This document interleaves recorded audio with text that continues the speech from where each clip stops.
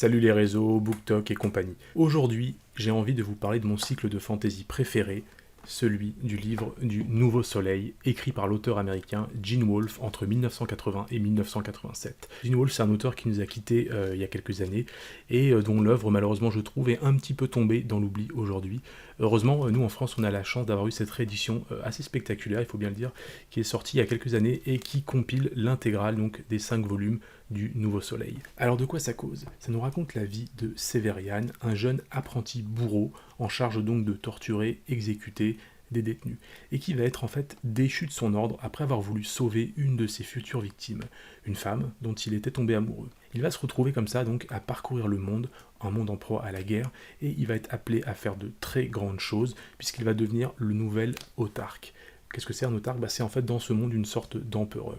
Attention, c'est pas un spoil, c'est quelque chose qu'on apprend en fait dès le début, puisque ce cycle est écrit sous la forme de mémoire. Le personnage principal, donc Severian, nous raconte ses souvenirs de jeunesse avec énormément de précision, tout simplement parce qu'il a la particularité de ne rien oublier. C'est une des plus belles proses que j'ai lues, et attention, je parle pas seulement donc dans le genre, mais dans toute la littérature, toute époque confondue.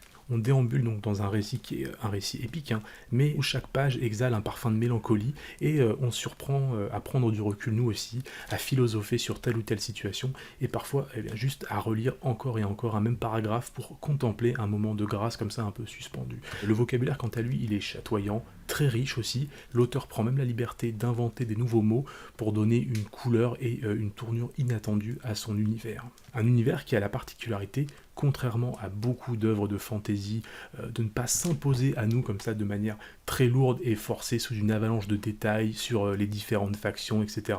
Mais ici seulement par sous-entendu, par petites touches mystérieuses, ce qui donne une forme de narration par l'environnement, comme on retrouve par exemple pour les gamers dans des jeux vidéo comme Elden Ring ou la saga des Dark Souls. Autre particularité, c'est un univers qui mélange une fantaisie, je dirais, assez médiévale, très sombre, proche de ce qu'on trouve par exemple dans La Compagnie Noire de Glenn Cook ou encore dans le Livre des Martyrs de Steven Erikson, à de la science-fiction.